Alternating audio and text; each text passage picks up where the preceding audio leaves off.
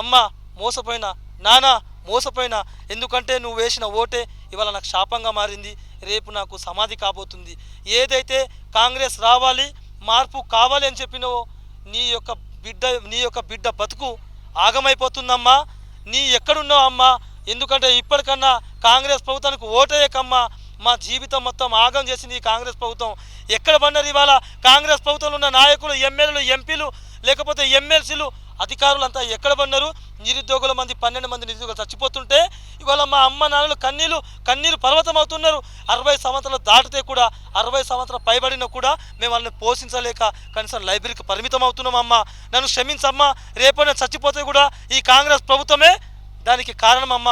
ఎందుకంటే ఇప్పటికీ అనేక రకాల దాడులు చేస్తున్నారు, అనేక రకాలుగా మాటలతో మమ్మల్ని ఇబ్బంది పెడుతున్నారు, అనేక రకాల టార్చర్ చేస్తున్నారు.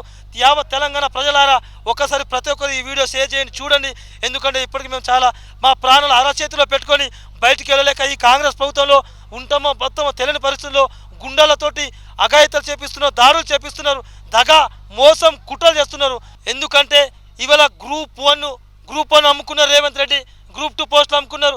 జీవో నంబర్ 29 తీసుకొచ్చి గ్రూప్ 1లో అవకతవకలు జరిగిన ఇవాళ గ్రూప్ 1లో మేము సిబిఐ ద్వారా ఎంక్వైరీ చేయమని అంటే ఇవాళ నిరుద్యోగుల తరపు నుంచి నిలబడతా అన్నారు రేవంత్ రెడ్డి గారు. ఇవాళ ఆంధ్రుల తరపు నుంచి నిలబడతా ఉన్నారు. ఎస్సీ ఎస్టీ బీసీ మైనార్టీలకు ఉద్యోగాలు లేకుండా ఈ కాంగ్రెస్ ప్రభుత్వం గొంతుకొస్తుంటే నా అక్కలారా, చెల్లెలారా, ఎస్సీ ఎస్టీ బీసీ మైనార్టీలారా ఎక్కడ ఉన్నారు, ఎక్కడ పనుకున్నారు, ఎందుకు ప్రశ్నిస్తలేరు? ఈ జీవో నంబర్ 29 ద్వారా ఆంధ్రులకు 70% ఉన్నతమైన రెడ్డిలకు, కమ్మలకు ఉద్యోగాలు కట్టబడుతుంటే ఇవాళ ఎందుకు ఇచ్చేస్తలేరు?